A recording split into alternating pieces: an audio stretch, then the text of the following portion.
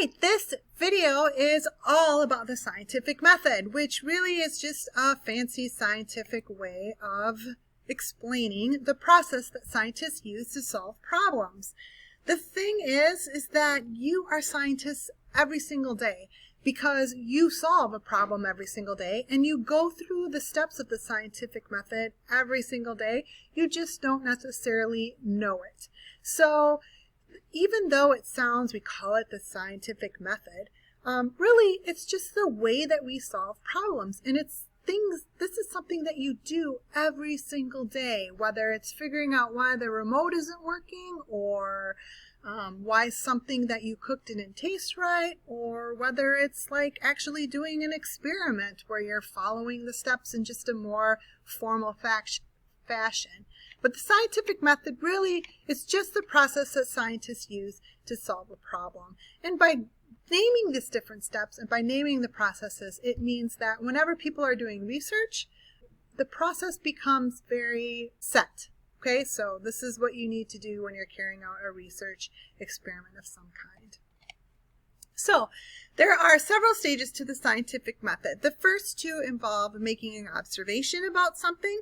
So typically you're going to use your five senses, you're going to use previous knowledge that you have, in your brain, but you're going to notice something. And by noticing something, it's going to trigger wondering about something, like why is something happening? And that gets us to the second stage, which is asking a question. You notice that something happened using observation and you think to yourself, I wonder why this is occurring.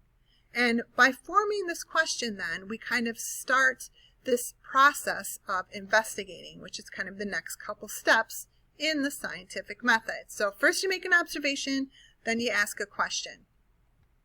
The next step is that you make an educated guess about the answer to the question that you found. So this is called a hypothesis.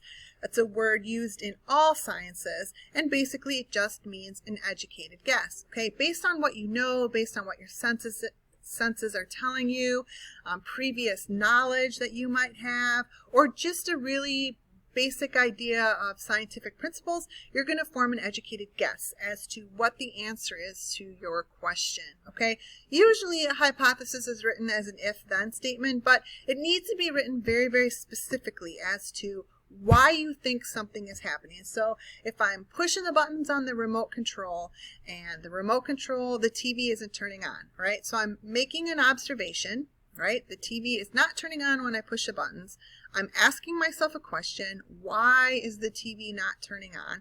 And then I'm going to make a hypothesis. I believe the batteries in the remote are dead. So if the batteries in the remote are not working, the TV will not turn on.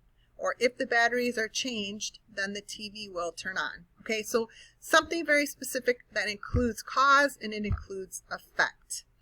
When you write a hypothesis, it needs to be written in third person. Do not use the word like, I think this. You are making a statement. A hypothesis is a statement. So if the batteries are dead, then the remote control won't work.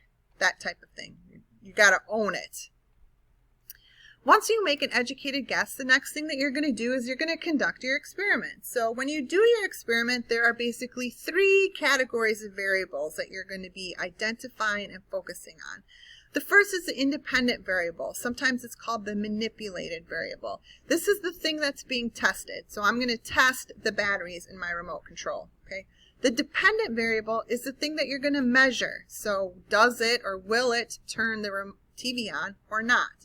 And the controlled variables are all the factors in an experiment that are the same in both the experimental groups. So if I have a remote control with new batteries and a remote control with old batteries, the fact that I'm pushing the same button, or that it's the same type of remote and it's the same type of TV and I'm holding the button down for the same amount of time, all of those things that are the same in all of the experimental groups, those are called controlled variables. When you do an experiment, it's really important that you're only testing one thing, because if you test more than one thing, then you don't know which thing is actually causing the result. Okay, so when you do an experiment, you need to only have one independent variable, one thing that you are actually testing. Now, when you do an experiment, you might have more than one dependent variables or more than one thing that you're measuring, and that's because data can look differently. You can collect different kinds of data. So the next step, obviously, is you're doing your experiment, you're going to collect and you're going to analyze data. Data can be in numeric form, so this is called quantitative data. Think of a quantity as like a number of something, or it can be in a descriptive form, which we call qualitative data. Both types of data, I know, scientists, you think a lot of times loves numbers, okay? But data that's collected really should be in both forms. The more data you collect, the better your experiment is. So sometimes you can include numbers. In my example with the remote control, we can't really collect the data in numeric form. We would use qualitative data like, did the TV turn on or did it not turn on? So that would be qualitative data. Data you could include that would be quantitative would be how many seconds did it take between pushing the button and the TV going on. That would be numeric form, number form. That would be quantitative data. Once you collect your data, you want to analyze your data. And this basically just means looking for trends. What happens? Okay? We graph a lot of our data. And the reason why we graph data in science is because it's an easy way to visualize trends. When you are making a graph, the y-axis, which is the up and down, that's going to be the effect or the dependent variable. That's where you're going to, put the units for the dependent variable. This is going to be the horizontal line, is the x or the independent axis or the cause. So this would be where you would put that information.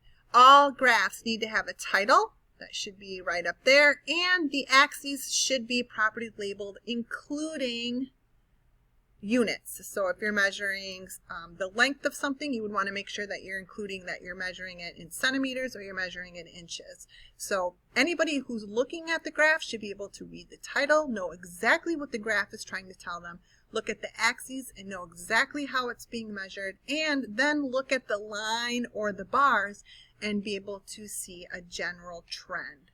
So that's what you do when you collect and you analyze the data.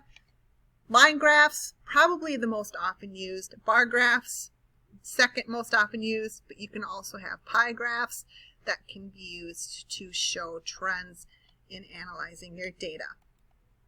The last thing then is that you would draw a conclusion. So in your conclusion, you would describe trends that you found. Okay, determine, was your hypothesis correct or not? This is a super important piece because this is what your guess was. This is what your prediction was. And so in your conclusion, you have to address whether or not your hypothesis was correct. If your hypothesis was wrong, that does not mean your experiment wasn't successful. Wrong hypotheses give us new information. So even though your hypothesis wasn't correct, that means that your experiment was still a successful experiment. You still learned something and you actually eliminated a possibility. So now you can ask another question and go through all of these steps in order to see if there's another reason that's, another cause that's causing an effect. So a wrong hypothesis doesn't mean a failed experiment. As long as we are learning something more about the cause and effect, then the experiment is a success. You want to explain why the findings are important. This is a big deal. Why should the reader of your experiment care about the experiment? How is it applicable to their life? You would present your research to your peers for something called a peer review. Your peers should be able to conduct the experiment exactly the way that you did and hopefully get the same kinds of results that you did and see the same kinds of trends. And if that happens over and over and over and over again, then your ideas become an actual scientific theory. Now, if it doesn't happen over and over and over again, then it wouldn't become a theory.